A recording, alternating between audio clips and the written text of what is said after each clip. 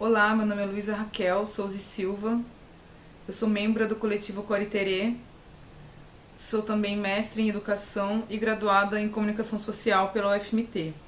Há um tempo eu trabalho na área do audiovisual, na área de produção. Já fiz produção de videoaulas, produção de curta-metragem, produção de videoclipe. E hoje eu venho, como membro do coletivo audiovisual negro Quariterê, falar sobre a cultura alimentar quilombola.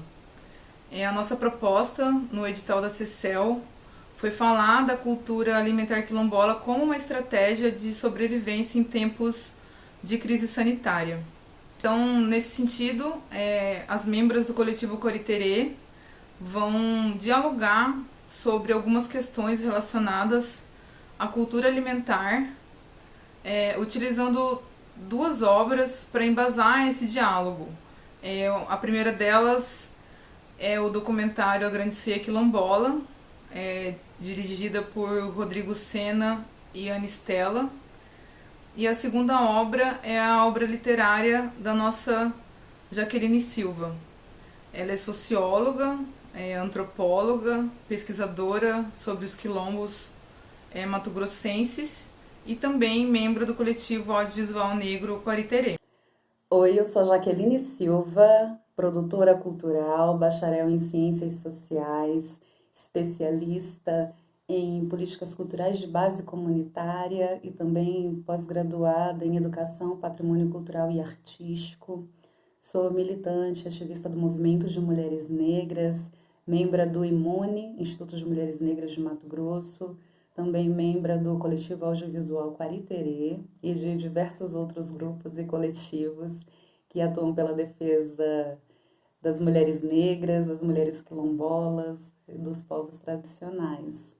Olá, meu nome é Amanda Nery Figueiredo, eu sou formada em Psicologia pela Universidade Federal de Mato Grosso, atuei também como produtora cultural em Cuiabá e atualmente eu curso o programa de pós-graduação em Antropologia Social, onde eu estudo, para minha dissertação, o cinema negro em Mato Grosso e principalmente as atividades do coletivo audiovisual negro Quariterê. Olá pessoal, tudo bom? Meu nome é Ana Maria Moura. Eu sou formada em Iluminação Cênica pelo curso Superior de Tecnologia em Teatro da UNEMAT MT Escola de Teatro.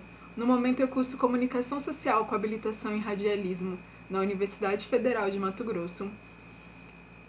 Atuo no coletivo Quariterê desde 2017, promovendo a seção Afrocine Quariterê, trazendo através da curadoria e mediação de filmes de cineastas negros que já rodaram na Mostra de Cinema Negro, ou que ainda não rodaram, mas querem mostrar seus filmes, através da supervisão do professor Diego Baraldi. E a nossa mostra tem o objetivo de trazer a reflexão sobre o protagonismo do negro no cinema, não só na frente das câmeras, como atrás das câmeras também. Olá, eu sou a Juliana Segovia, eu sou graduada em Comunicação Social, habilitação em Rádio e TV, também chamado de Radialismo, pela UFMT. Sou mestre em Instituto de Cultura Contemporânea pela Universidade Federal de Mato Grosso também. Trabalho no mercado audiovisual há aproximadamente 8 anos, atendendo o segmento de arte e cultura aqui da capital. Sou uma das membros fundadoras do coletivo audiovisual negro Quariterê, né? Junto com algumas colegas que estão fazendo parte desse edital. Bem, é importante falar sobre o motivo que levou o coletivo Quariterê a escolher esse tema para dialogar no projeto do edital da CECEL. Bem, a gente pensou em reuniões, em selecionar o documentário A Grande Ceia Quilombola, que aborda a cultura alimentar, a produção de alimentos do quilombo de Damásio, no Maranhão, para embasar a nossa discussão sobre como a gente pode utilizar o conhecimento da cultura quilombola para superar uma crise sanitária. porque os quilombolas são povos que resistiram fortemente a crises diversas, né, durante esses séculos e sobrevivem até hoje por meio de técnicas tradicionais dos seus ancestrais. Então, nesse sentido, assistir a Grande Seca Quilombola e perceber todo o processo de produção da farinha de mandioca, como eles pescam, como eles vão consumir depois essa farinha com peixe, com a juçara, que é o açaí, com outros frutos nativos, é também se aproximar de uma cultura viva que se mantém, que é sustentável, que está em consonância com o meio ambiente e em harmonia com a natureza. Isso é um fator muito importante quando a gente vai pensar num futuro pós-pandemia, né, que vai precisar se readequar e repensar várias práticas que já se tornaram comuns, né, que já se naturalizaram na nossa cultura, mas que são destrutivas. Então, ter referência na cultura quilombola é reconhecer que a gente tem muito que aprender e que retomar os nossos conhecimentos, né, dos nossos ancestrais para tentar construir um futuro mais sustentável, mais saudável, com acesso a alimentos naturais. Então, a gente vai discutir um pouco sobre isso durante esse vídeo. A convite da Luísa Raquel, a proponente desse projeto pelo nosso coletivo audiovisual, eu apresento para vocês o meu trabalho, que é o livro Afropaladar. Vocês já devem ter visto ou ouvido falar dele, né? É o primeiro livro publicado em Mato Grosso sobre a culinária quilombola. E por que eu escolhi esse tema, né? Bom, em 2016, eu participei da seleção do edital Tradições da Secretaria de Estado de Cultura de Mato Grosso com esse projeto, que foi aprovado. E esse projeto, ele foi executado pelo período de 2 anos e foi lançado em agosto de 2018. Então, o Afropaladar é um projeto que rendeu muito, porque o que era para se transformar num catálogo acabou se tornando um livro, devido às contribuições e também a tudo que nós encontramos em campo. Junto com a minha equipe, que também foi formada pela Juliana Segovia, que compõe o coletivo Quariterê, entre outros profissionais de Mato Grosso, de Brasília, profissionais renomados nacionalmente, nós visitamos 9 comunidades quilombolas em Mato Grosso para verificar as elaborações culinárias. Por quê? A minha ideia inicial foi a seguinte: um prato típico, ele não surge do nada. Para uma receita se transformar em algo típico, tradicional de uma localidade, ela é recriada, transformada, provada inúmeras vezes. E certamente toda essa participação, desde o plantio até que o alimento seja servido em um restaurante ou na sua casa, com certeza houve uma contribuição negra, uma contribuição quilombola.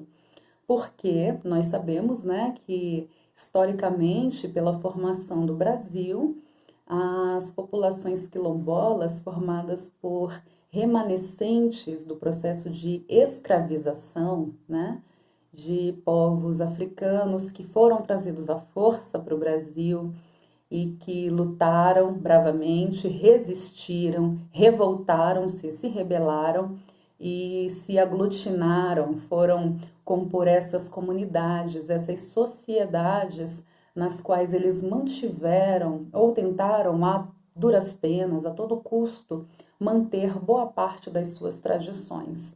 Então, é nesse sentido, é tentar buscar por essa memória ancestral, tentar buscar essas narrativas que nós, integrantes desse projeto Afropaladar, visitamos as comunidades quilombolas e entrevistamos as pessoas.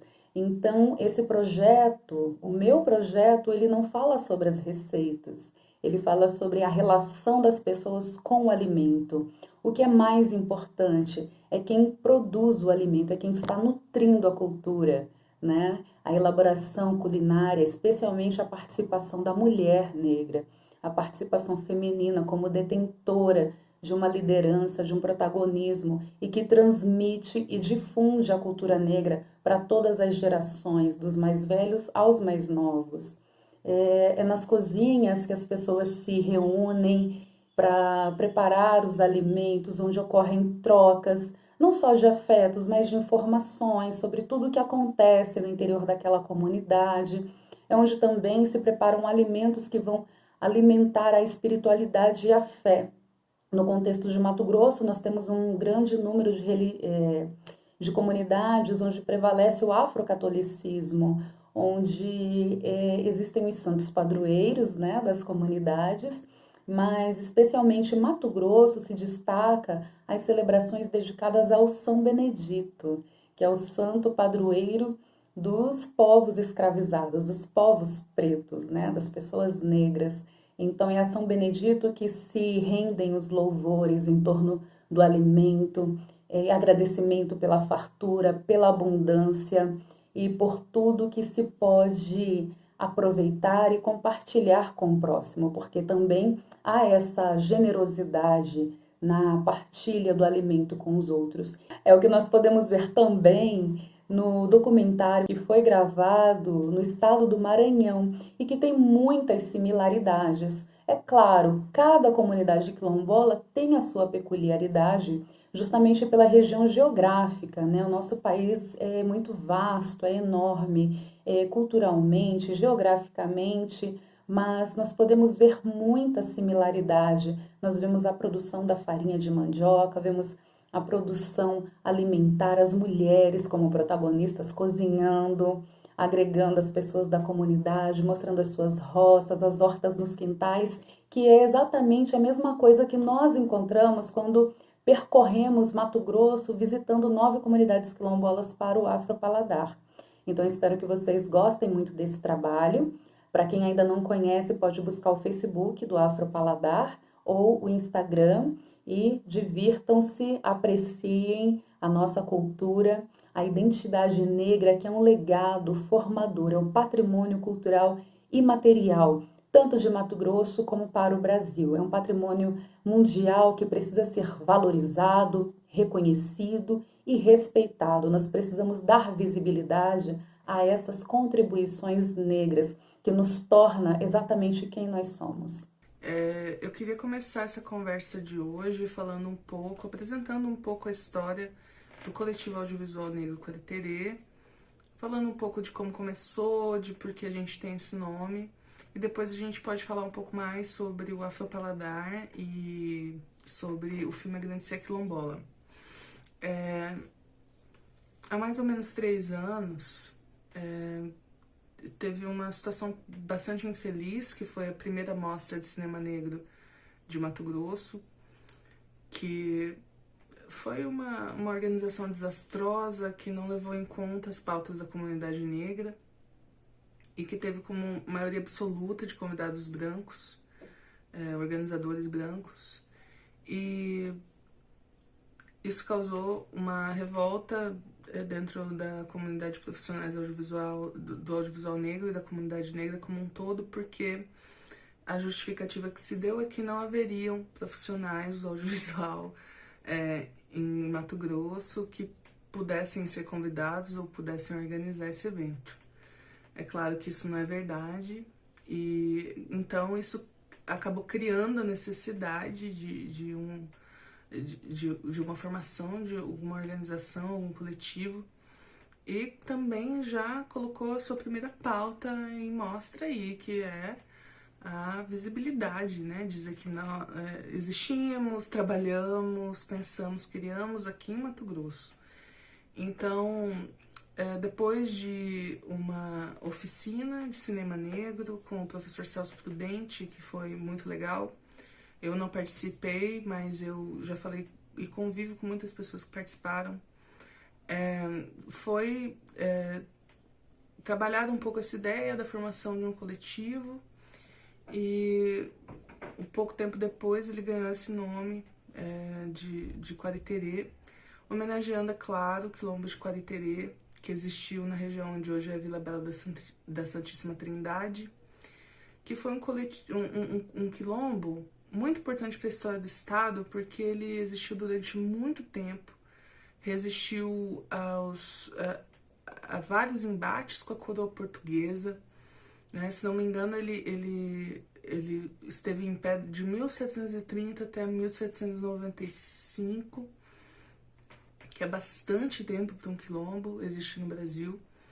E isso é muito creditado à figura de Teresa de Benguela, que foi uma mulher que não se sabe se nasceu no Brasil ou na região de Benguela, na África, mas que tinha uma inteligência muito grande na questão de estratégia militar, na produção de alimentos, né? O quilombo de Quariterê produzia uma variedade de alimentos e funcionava de forma independente da coroa dentro de Mato Grosso, entende? Que é um grande feito. E por nós termos esse exemplo aqui no estado, por remeter essa regionalidade, por ser a figura de uma mulher também, que é uma pauta que tá sempre sendo discutida dentro do coletivo, né, que tem muitas mulheres, foi escolhido esse nome, Coletivo Audiovisual Negro Quariterê, porque foi uma reunião de pessoas que, como eu disse, se juntou para sobreviver e para lutar por uma visibilização dentro da sua profissão. Então, embora hoje a gente comemore dia 13 de maio, que foi a abolição da escravatura, para nós também tem uma data tão ou mais importante, que foi o dia 25 de julho, que é o dia 25 de julho, Dia Nacional de Teresa de Benguela e da Mulher Negra, que foi promulgada recentemente, em 2014. Porque é claro que, embora essa seja a história oficial, a gente não pode relegar a figura da Princesa Isabel, o crédito pela libertação dos escravos, quando a gente sabe de tantas pessoas como Teresa de Benguela que existiram no Brasil e que foram determinantes para que acabasse a escravidão no Brasil, né? Estou aqui para dar continuidade, né, complementar a fala das minhas amigas, colegas de coletivo e de profissão, falando sobre a Grande Ceia Quilombola, esse documentário de quase 60 minutos, né? Então é uma média-metragem, segundo os parâmetros da Ancine, esse documentário. E é importante a gente falar sobre essa construção da narrativa, né? Falar um pouco, permear um pouco como esse documentário foi feito. Primeiro para a gente entender por que ele é tão cativante, né? Por que ele prende tanta atenção. Tanto é que ele foi ganhador do Júri Popular no ano passado, na nossa mostra de cinema negro aqui de Mato Grosso. É interessante a gente entender isso, porque minimamente, né, eu não vou aprofundar muito, mas falar um pouco sobre essa construção da narrativa, minimamente da fotografia. E segundo, para a gente se inspirar, né? A gente, como trabalha com audiovisual, temos nossos interesses, nossos empreendimentos, nossas histórias para contar. É sempre bom a gente ter um exemplo de narrativa, de obra cinematográfica que nos inspire. E então, quando a gente tem essa pretensão de se inspirar para tentar fazer algo tão legal, tão bacana quanto, é bom a gente entender como isso foi feito, né? Então, dando essa observada, se assistir algumas vezes esse documentário, assisti acho que 6 vezes, 5 ou 6 vezes, e deu para traçar algumas dimensões sobre essa construção narrativa, né? E eu começo apontando que esse documentário ele tem alguns protagonistas. Ele tem, basicamente, eu considero que ele tem 4 protagonistas, né? Que é a gastronomia, que é esse fazer a comida, alguns alimentos, né? E aí a gente pode elencar os alimentos como a macaxeira, que na região do Nordeste é chamado de macaxeira, que na nossa região a gente chama de mandioca. O açaí, né, que no documentário os habitantes lá da comunidade de Damasio, o quilombo de Damasio, chamam de Jussara, inclusive isso foi um dado novo, para mim até é muito bom entrar em contato com esses regionalismos, né, linguísticos. O buriti e os frutos do mar, né? Tem outros alimentos ali, né? Mas eu considero esses os predominantes, né? Os frutos do mar, a gente pode elencar ali o caranguejo, o camarão. E a gente tem também como protagonista o próprio o quilombo, né? De Damásio, porque a gente vê a estrutura dessa comunidade, vê como ela é razoavelmente, como ela é distribuída ali, né? O que permeia ali os entornos. Os seus habitantes também são esses protagonistas, né? Então a gastronomia, os alimentos, o quilombo e seus habitantes. Então alguns habitantes são apresentados como personagens desse documentário.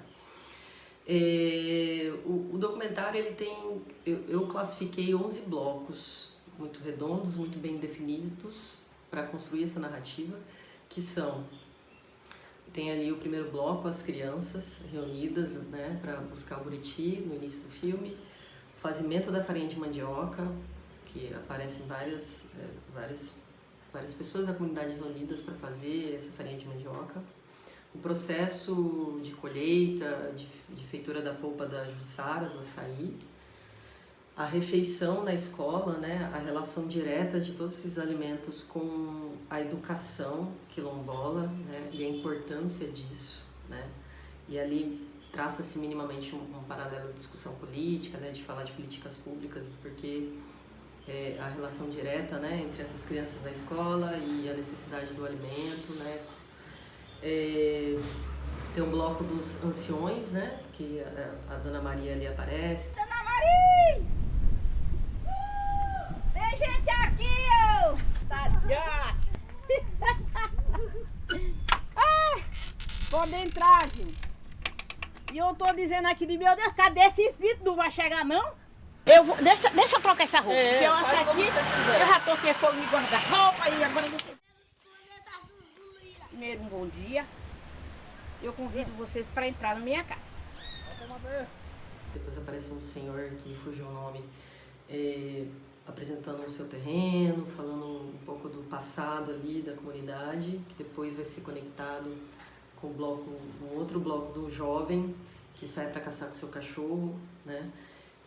Tem um bloco que permeia ali minimamente a questão musical, né? Que mostra moradores reunidos em volta de uma fogueira, afinando um tambor para apresentar um pouco essa manutenção de ritualísticas e tradições.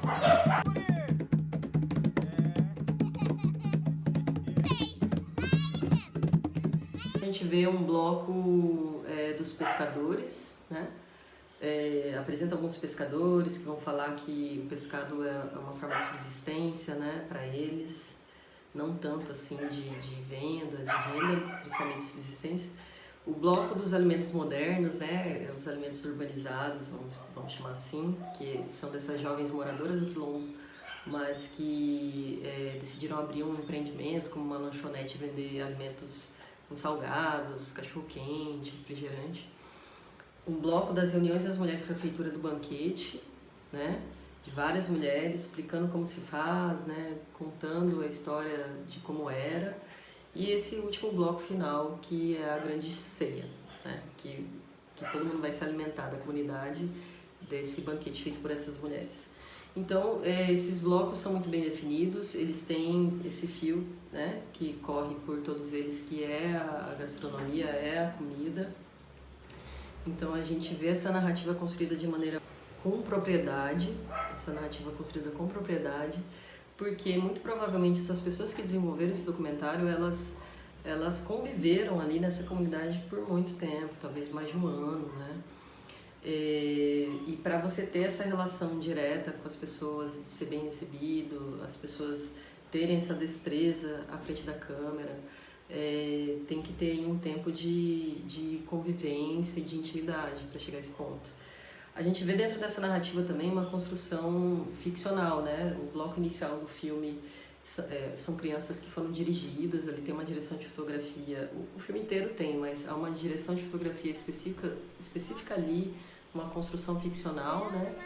São essas crianças no lago, tal, conversando, falando sobre pegar mensagem, sobre pegar bonitinho. Já ganhei uma bicicleta. Bora jogar bola no ginásio? Bora. Quem vai pedir a chave? Lívia vai pedir a chave e eu levar a bola. E depois esse bloco também ficcional do jovem que ele não faça isso, né? Que ele não casse, mas quem dirigiu, os diretores desse filme, né? Eles decidiram fazer esse bloco de maneira ficcional, desse menino que sai para caçar, esse jovem, com o seu cachorro, e que sai para caçar ali aparentemente um pássaro, né?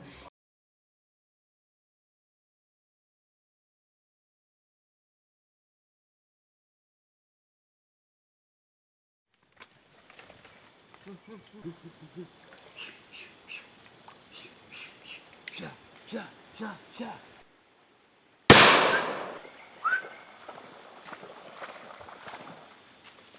Então a gente tem nessa narrativa essas construções, né? Que em um certo momento é um observador da vida como ela é, né? Um observador desse cotidiano sem interferência, e essa outra parte da narrativa que foi um diálogo ali com os moradores. Vamos reencenar esse cotidiano que vocês vivenciam aqui como se fosse uma pequena ficção. Então isso acontece no filme. A gente vê também a construção do chamado talking head, né? Que é essa entrevista com a câmera parada, a pessoa olhando para a câmera como está sendo aqui agora. E a gente vê também essas vozes offs permeadas por inúmeras imagens de inserção, muitas mesmo, que vão dialogar direto com o que está sendo dito, né? Todas as imagens dialogam diretamente com o que está sendo dito. A gente vê uma grande quantidade de utilização de planos gerais, né, para apresentar esse ambiente. É a rua lá da comunidade Damaso, é a fachada da escola, é a beirada ali do mar ali, né, onde os pescadores vão para comer. E a gente vê uma grande utilização também de planos etálios, quando a gente vai ouvir esse morador falando, né, sobre suas experiências, suas histórias, planos mais aproximados para a gente ter essa relação intimista. E também esses planos médios, né, de entrevista, como é muito comum dessa construção do documentário, né. Então, a gente, para tentar entender minimamente essa história, é bom a gente observar como ela foi construída enquanto texto. Então, quando a gente elenca tudo isso que eu acabei de falar, a gente constrói esse texto, essa dissertação, que vai nos dar esse começo, meio e fim, e nos fazer entender, porque é um texto que nos pega, que nos mantém ali na leitura. No caso a leitura auditiva e visual, né? Mas que o texto está ali também. E isso é muito importante, né, na construção visual, para a gente saber apresentar as nossas histórias de uma maneira coerente, de uma maneira que seja também respeitosa para com as comunidades, com aquilo que a gente quer dizer. Então isso para o cinema negro é um cuidado muito importante. Quem está à frente dessa direção, dessa montagem, como vai ser montado, como isso vai ser dito, como isso vai ser apresentado. Eu venho aqui trazer um pouco das minhas impressões sobre o filme, sobre um pouco das pesquisas que as colegas compartilharam, sobre o livro Afropaladar, da colega Jaque, e sobre as coisas que empiricamente eu entendi. Eu já fui agente de pesquisa no Instituto Brasileiro de Geografia e Estatística, então lá a gente coletava dados da escala brasileira de insegurança alimentar. E aí eu não tinha acesso aos dados da nossa pesquisa, mas eu já fui em vários domicílios em que visivelmente as pessoas viviam insegurança alimentar por terem um número maior de pessoas em casa, por às vezes as crianças precisarem passar algum período do dia sem se alimentar, ou a alimentação que a criança tinha era dentro da escola, e a importância dessas pesquisas para promoção de políticas públicas que incluam a população. Então, eu só consegui enxergar isso nesse período estando fora da pesquisa. E Aí eu trago dados para vocês da pesquisa de insegurança alimentar do ano de 2013, em que é visível também que quase o dobro da insegurança alimentar grave é gerada na população de áreas rurais. E dentro da população de áreas rurais, a população quilombola é mais afetada do que a população não quilombola. Isso devido ao fato deles não possuírem terras, deles não possuírem uma renda fixa per capita e às vezes a menor escolaridade. Sobre minhas impressões no filme, eu tive muita sensação de conforto também, uma sensação de estar em casa, rodeada de pratos, às vezes não muito típicos, mas o conforto de estar em família, porque minha família às vezes se reúne, né, no final do ano para as festas, para os grandes encontros de família, onde a gente promove essas grandes ceias, as grandes ceias de fim de ano. E aí, nesse momento, eu me toquei do valor que isso tem e do valor tradicional, do valor de resistência que isso promove. Por exemplo, minha família direto traz buriti, garrafada de murici pra cá.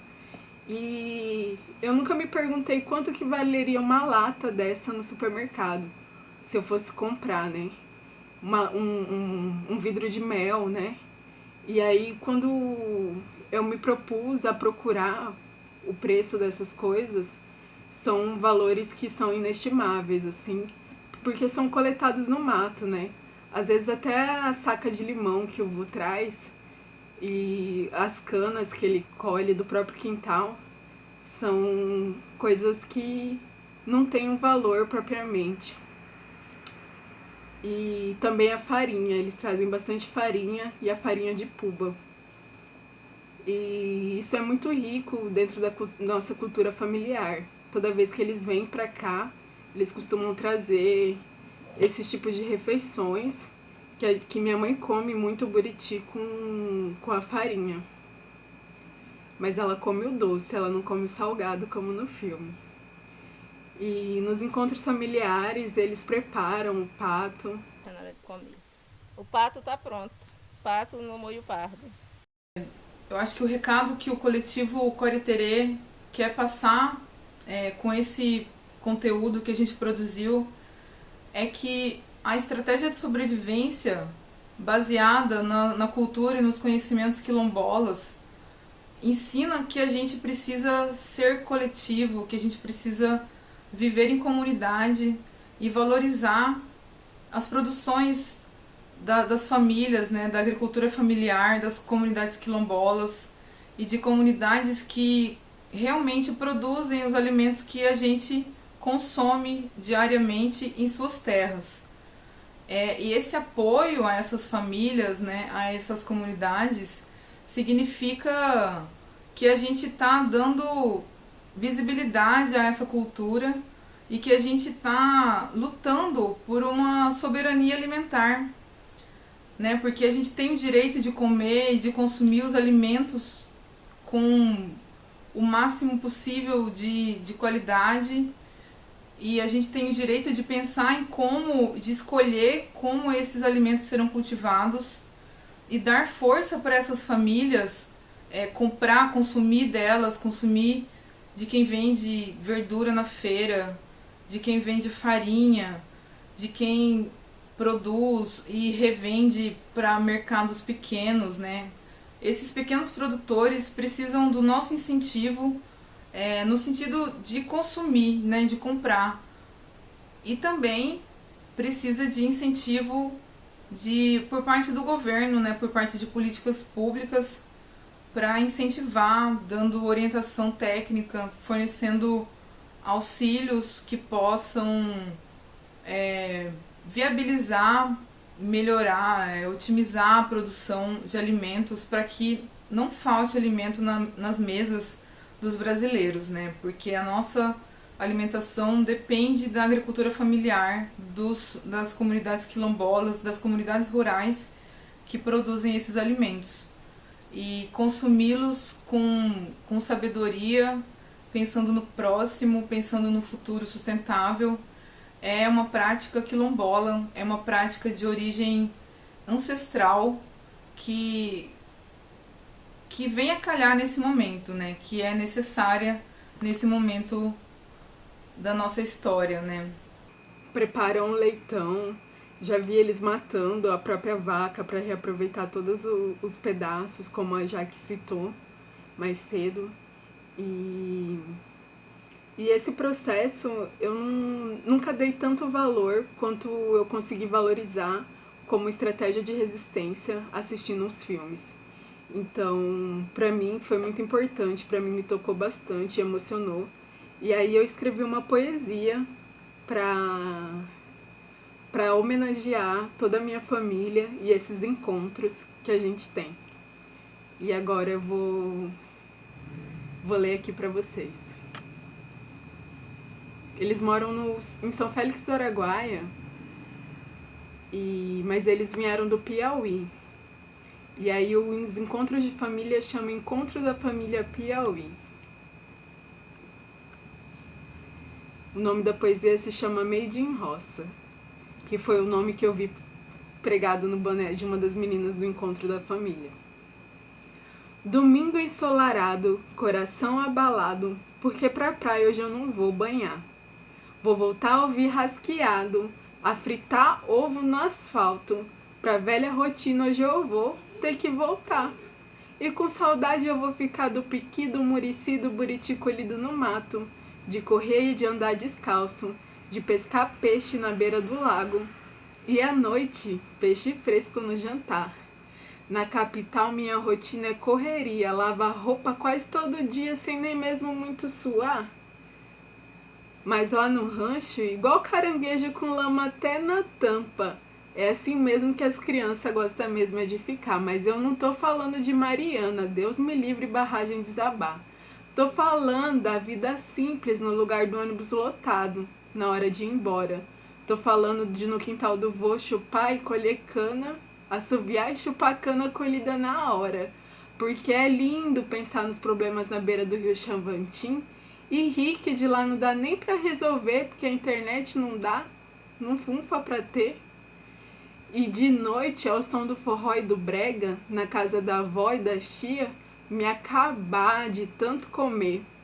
Reunidas, nutrindo vidas e afetos, bucho até quase no teto, de amin pachê, de arroz com galinha caipira, farofa de banana frita, caldo de peixe e carne seca com farinha.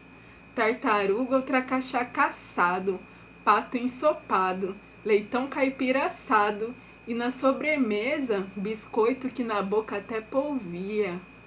Como é bom a festa de santo e os encontros de família. Eita vidão, meu Deus do céu, vou lhe dizer.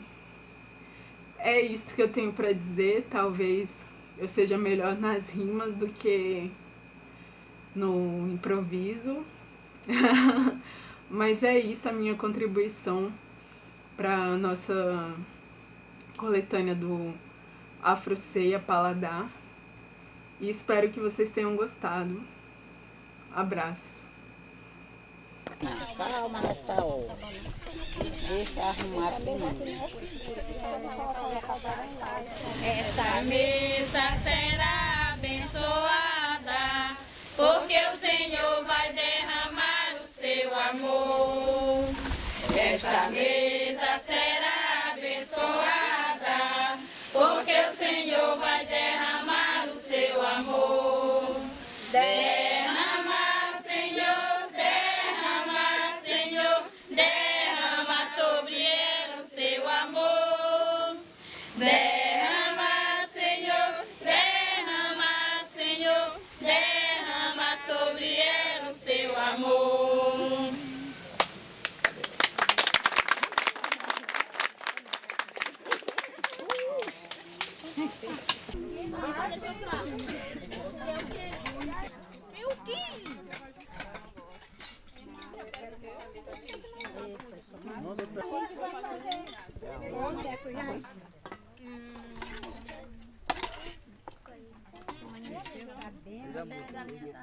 Tá procurando aí essa panela? Tá chupando, pega aí, ó. Cadê a farinha, criança? Ah, meu Deus. Olha aí.